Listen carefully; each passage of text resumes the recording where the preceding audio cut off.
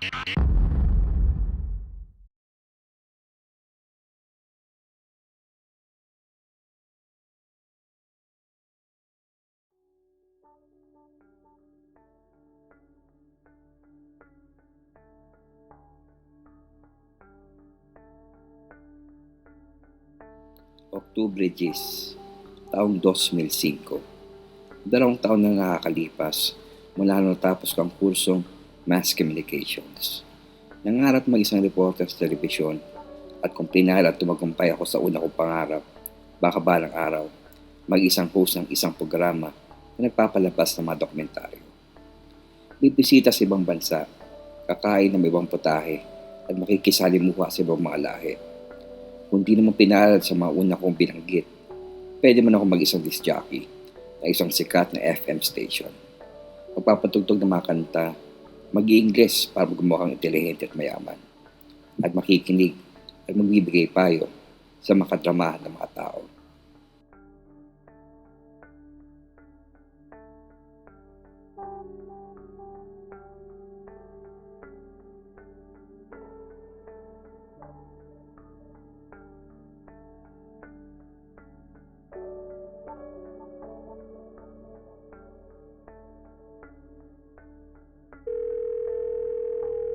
Hello? Hello?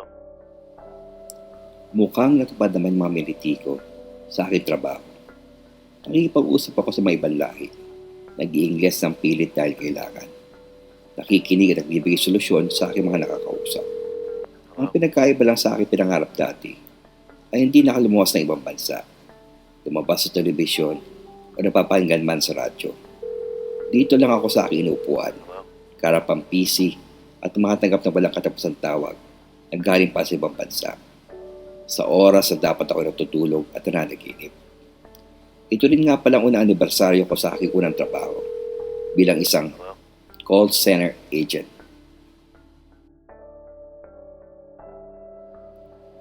Tulad ng ibang trabaho, may hirap ka talaga mararanasan. Yung tipo na nagdulugan yung tenga mo sa kadadaktak at kamumura ng mga customer. At mga racially intended na insulto na kahit gaano kagaling sa Ingles, malalaman din nila Hello? na di ka nila kalahi. Kung sakali sumablay ka sa pronunciation o trying hard na accent mo. Pero kahit papaano, paglabas mo ng opisina, marami pa rin kababayan na bilib na atinggit sa'yo. Dahil sa panong iyon, parte ka ng one of the coolest jobs. Sarcasm intended. Isang bagay lang kinabibili ko sa sarili ko.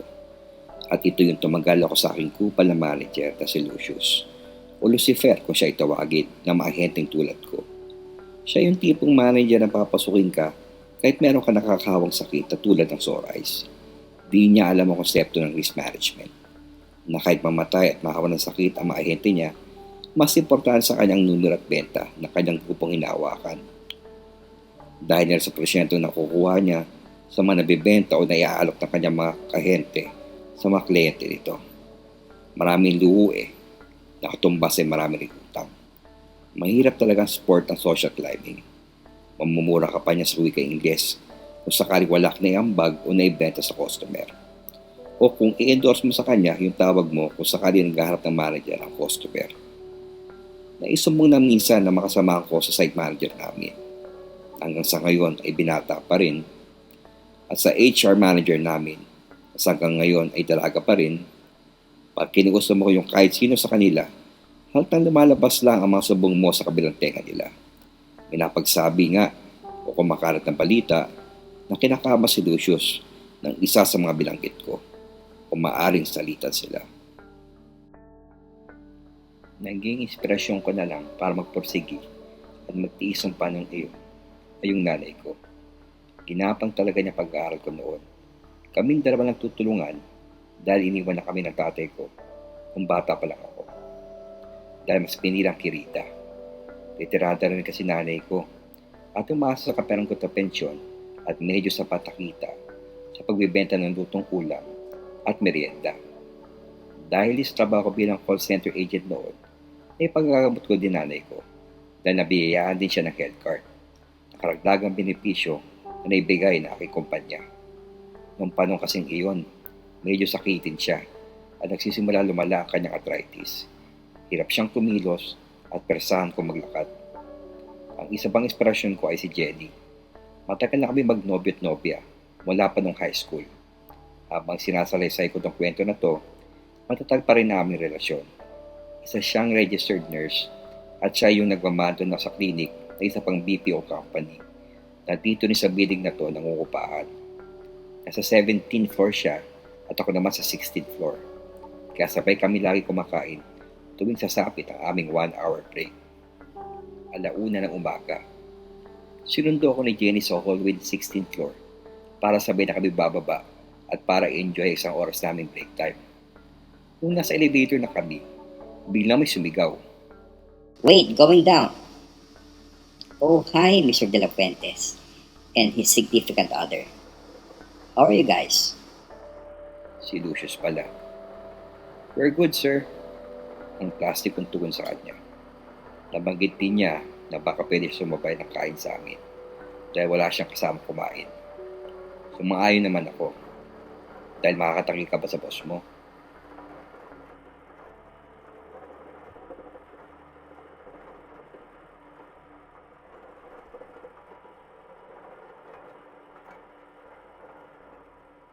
Huminto ang elevator sa 7th floor.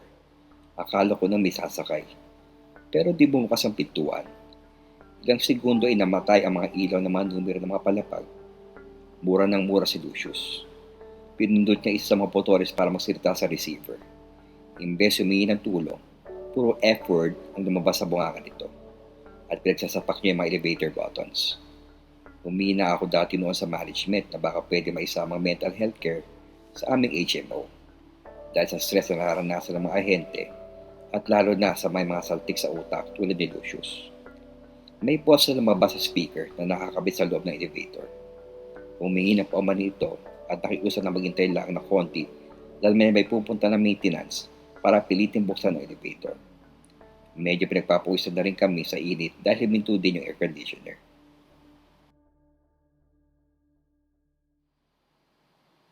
Pagkalipas ng ilang minuto, may tumunog na parang nayuping bakal at sunod-sunod na tunog at mabilis na clack, clack, clack.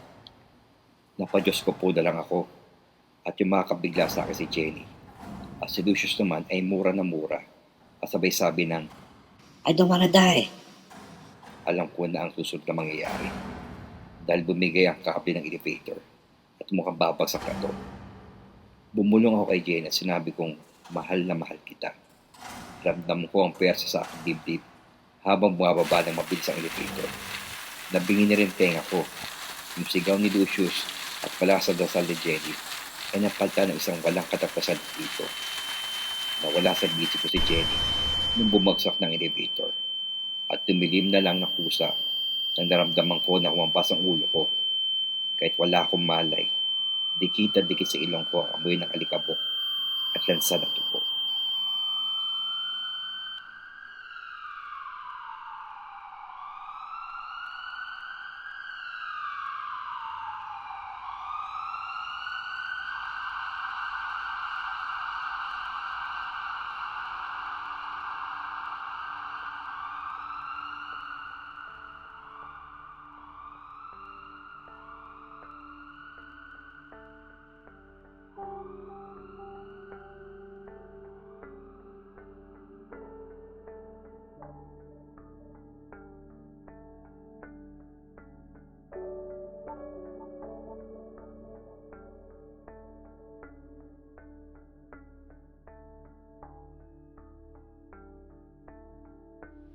Nagising ako sa kama ng ospital at isang napakatamis na ngiti ang sinulubong sa akin ng nanay ko.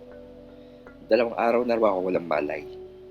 May konting tahi lang daw sa ulo at sa awa ng Diyos ay wala naman daw ganong kagrabing pinsalang dinulot sa aking katawan. Medyo hirap pa ako magsalita. Pero alam na alam ng nanay ko ang gusto kong pahiwatig. Ligtas daw yung kasama ko sa elevator. Konting kalos lang daw ang tinamo ng aking manager. Bilanggi ko sa akin mahina na boses, si Jenny. Lumungkot ang mukha ng nanay ko At sinagot na lang ako ng sorry. Tumulo na lang ng kusa yung luha ko noong nakita ko reaksyon ng nanay ko. Hindi na raw pinaglamayan si Jenny dahil grabe na ang pinsalang tinulot nito sa katawan. Mahabag at makakatulog pa ng depresyon kung sakali makikita pa ang pisikal na katawan nito pagkatapos mangyari ang aksidente. Nagdesisyon ng mga magulang nito na i-cremate ang walang buhay na katawan ni Jenny. Naghain na rin ang mga magulang nito ng reklamo lamang sa establishmento kung saan nangungupahan ang mga kumpanya na pinapasukan namin ni Jenny.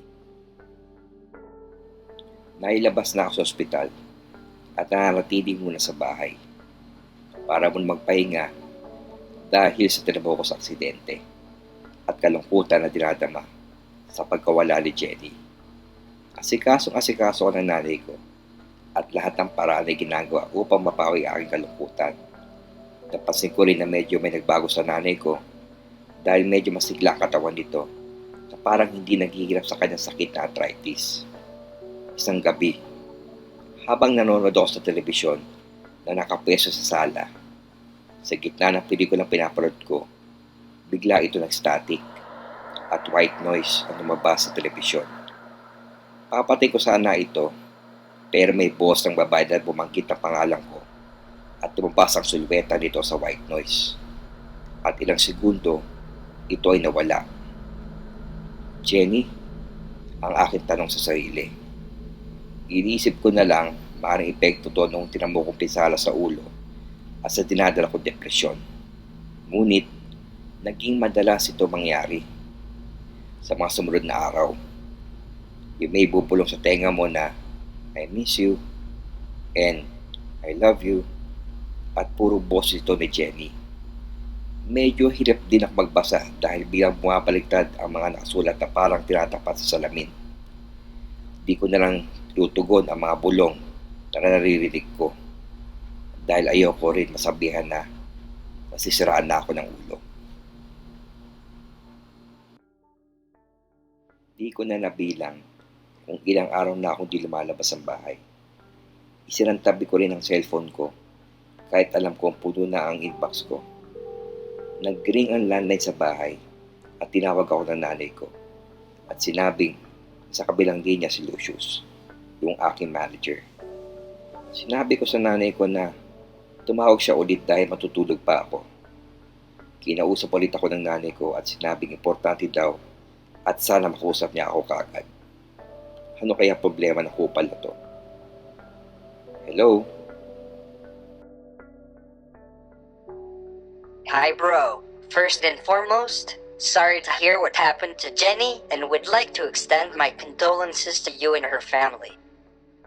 By the way, you've been on vacation for more than a month. And sad to say you have exceeded your leave credits. Though I have already talked to our management to consider your situation, and good thing they informed that there will be no deduction to be made on your salary, and bro, me and the whole team misses you a lot. We are also struggling here in terms of our numbers after the freak accident. By the way, I have two good news for both of us. Myself and our company's legal team are currently working with close liaison with the building owners because of the damages they have caused us. So, guaranteed we will be getting some large amount from those assholes. The second good news is somehow a surprise, and I don't want to spoil it. I suppose to inform you about the good news the last time I have spoken to you and Jenny, but the freaking accident disrupted that moment. Anyways, good thing we are still alive, and I have another opportunity to tell you about the good news. Hope you can go to work this coming Friday.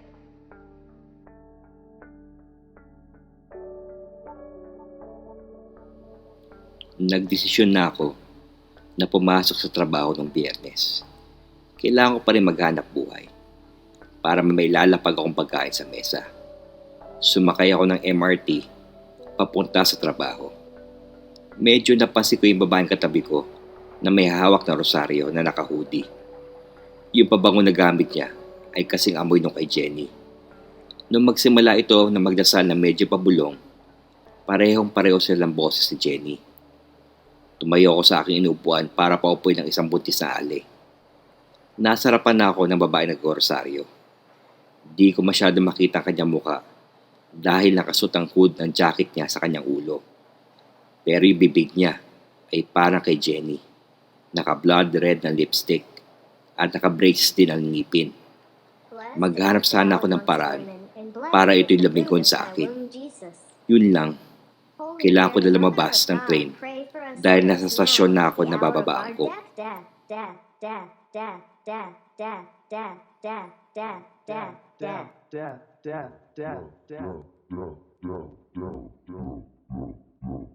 Noong sa building na ako ng aking pinagtatrabahuan, napansin ko na may dalawang madre na may hawak na kandila at isang pari. Nagdadasal siya sa tapat ng elevator kung saan ako nadisgrasya. Pagpasok ko ng opisina, napansin ko na bukas ang ilaw pero nababalutan ito ng katahimikan dahil wala kahit isang empleyado. Naisip ko baka may mga meeting ito kaya pumunta man ako ng pantry para magkape.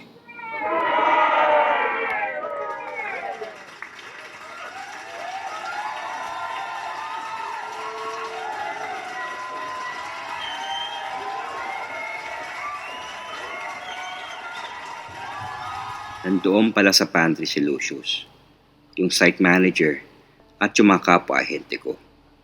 Nakapalumuti ang paligid ng pantry at may nakasapit na tarpaulin. Nakasulat ang pangalan ko at may pagbati na welcome back. May nakahain din ng mga pagkain sa mga mesa. Ngumiti ako at nagpasalamat. Pagkatapos kong kumain, nilapitan ako ng site manager namin at ni Lucius. Sabay bumati sa akin ang dalawa ng congratulations. Nagtataka ako bakit ako binati. Siguro, mababayaran na ako ng mga nakakasiwa ng building sa mga danyos. Sinabi ng site manager namin na dahil sa kasipagan ko at medyo magandang record mula pa nung magsimula ako magtrabaho dito sa kumpanya, naisipan nila na i-promote ako bilang isang Quality Assurance Officer. Bukod sa dagdag na sahod, di na ako sasagot ng mga tawag ng mga customers. Makikinig lang ako sa mga live o recorded na conversation sa mga ahente at kliyente. Ako ang magmamarka kung pasado sa pamantayan ng kumpanya ang serbisyo na binibigay ng kapwa-ahente ko sa mga kliyente namin. Masaya ako sa akin narinig at nagpasalamat ako sa dalawa at ang akong pagbubutihin ko ang aking trabaho. Naging masaya ang takbo ng trabaho ko sa kumpanya sa managdaang linggo. Mukhang nagbago rin ang ugali ni Lucius pagkatapos mangyari ang trahedya. Naging mabait ito sa mga ahente niya. Madalas pa nga ito manlibre ng mamahaling kape. Nawala rin yung ugaling hambog nito. Kumanda rin ang kita ng kumpanya kaya naliligo rin sa babuhay ang mga empleyado nito. Di tulad ng dati na nangungutang pa kami sa mga nag-arasyon ng pagkain dito sa opisina. Nabanggit ni Lucius na kursanada ako ng bagong sales coach namin na napakaganda. Nabanggit rin niya, nagpapalakad sa kanya ito para mapag-date daw kami. May reservation raw kami sa isang mamahalin na restaurant para sa amin dalawa at siya na ang sasagot. Napangiti ako at sinabi ko medyo di pa nahihilom yung sugat na dinadarama ko nung nawala si Jenny. Nagulat ako nung tinampo sa akin lamesa yung picture frame kung saan nakalagay yung litrato ni Jenny at sinabing, You need to move on, brother. napikon ako sa ginawa niya at tumingin ako na masama. Bigla na lang minasahe yung likod ko at binalik yung litrato ni Jenny. Just kidding, bro. But seriously, our sales coach has hots for you. So, strike while the kettle is hot. Dumami rin yung mga tawag at pinapagsabi na madalas sila makakuha ng tawag sa isang babae na medyo static ang background at bigla na lang ito napuputol. Minsan kumakanta ito at madalas magsabi ng, "Kumusta ka na, mahal ko?" Medyo nagtataka ako dahil nasa overseas ang mga tumatawag sa aming opisina at halos lahat ito ay nagsasalita ng Ingles. Pinakinggan ko mga recorded call sa mga ahente. Nung pinakinggan ko yung mga tawag na nirereklamo, nanlambot ako bigla. Dahil kabos si Jenny yung tumatawag. May isa pa ako napakinggan na binanggit yung palayaw ko, na si Jenny lang mahilig magsabi nito. Napansin ko si Lucius na medyo di mapakali at kinakausap yung IT manager namin. At narinig ko na nakikiusap, naggawa ng paraan na hindi makapasok yung mga tawag ng babae. Nakaboses si Jenny. Habang naglalakad ako sa production area upang kamustahin yung mga ahente, napansin ko isang ahente na sumenyas at pinapalapit ako. Sir, it already took me 20 minutes and I'm still unable to get a positive response from her. Just random ramblings and most of it are in Tagalog. Nagulat ako sa huling sinabi niya. At maring ito na naman yung babae na nagpapanggap na si Jenny. Pinayuhan ko yung ahente na magpaalam sa kausap na ibaba niya na yung telepono dahil dito tumutugon. Napansin ko na bilang nanlaki ang mata ng mga ahente at sinabi sa akin na mukhang narinig yung boses ko. At sinabi na binanggit yung pangalan ko. Kahit ninenervous ako, hiniram ko yung headset ng ahente para makausap yung babae sa kabilang linya. Hello ma'am, your call was endorsed to me by my colleague. This is Claude by the way. How may I help you? Pagkatapos ko magsalita, tumugon sa akin yung babae at binanggit yung pangalan ko at nakikiusap na gumising na ako. Cloud! Cloud! Cloud! I love you. Kaya mo yan. Mayak-yak na tugon sa akin. Hindi ako nagkakamali na si Jenny to. Hindi ko kinaya at napaluwa ako. At sinabing, mahal din kita. Nakita ko bigla na tumatakbo punta sa akin si Lucius. Tinutulak at binubong ko ang manakaharang na ahente. Parang toro na sumusugod. Hey! Don't talk to that bitch. Drop the fucking call now. Binunggo ko ng malapad na katawan ni Lucius. Halos pareho ang naramdaman ko nung bumagsak ang elevator at bigla na lang dumilim. Pagmulat ng mata ko, isang nakakasilaw na liwanag at tumambad sa akin. Liwanag na nagagaling sa fluorescent lamp at may dalawang babaeng umiiyak. Nay? Jenny? Napaluwa ako habang yakap-yakap ko ang dalawang mahalagang babae sa buhay ko. Mukhang nasa ospital ako at naniniwala akong di ito panaginip. Nabanggit ng nanay ko, halos isang linggo na ako nakahiga at walang malay. Ang akala nila, tuluyan na ako makokomatose. Puyat na puyat sila sa kadadasal ni Jenny at buti tinugon ng Diyos ang dasal nila. Naggulat na lang sila na bigla na lang daw ako nagsalita kaya lumapit kagad si Jenny para ako'y gisingin. Pagkalipas ng 2 araw ay nakalabas na ako ng ospital. Sinabi ko kay Jenny na nagpapasalamat ako sa Diyos dahil walang nangyaring masama sa kanya nung bumagsak ang elevator. Naitanong ko rin kung kumusta naman si Lucius. Sinabi ni Jenny, di siya pinalad nung gabi na iyon at binawian siya ng buhay dahil sa tinamo nitong pinsala sa katawan. Di na siya umabot ng buhay nung dinala siya sa ospital. Nabanggit ko na kahit papaano, nakakalungkot din dahil di siya pinalad mabuhay. Napangiti si Jenny at sinabi sa akin na swerte siya sa akin dahil sobrang bait ko at madali ako magpatawad. Magpatawad? Bakit? May kasalanan ka ba sa akin? Ang pupiro kong tugon kay Jenny. Sinabi sa akin ni Jenny na may nakasobrang sulat na nakuha sa bulsa ni Lucius. Ang petsa ng sulat ay yung gabi nung nadisgrasya kami. Ang nilalaman ng sulat ay ang mga sumusunod. To Mr. Cloud De La Fuentes, this letter is to inform you that your employment will end as of October 10th, 2005. You have been terminated for the following reasons: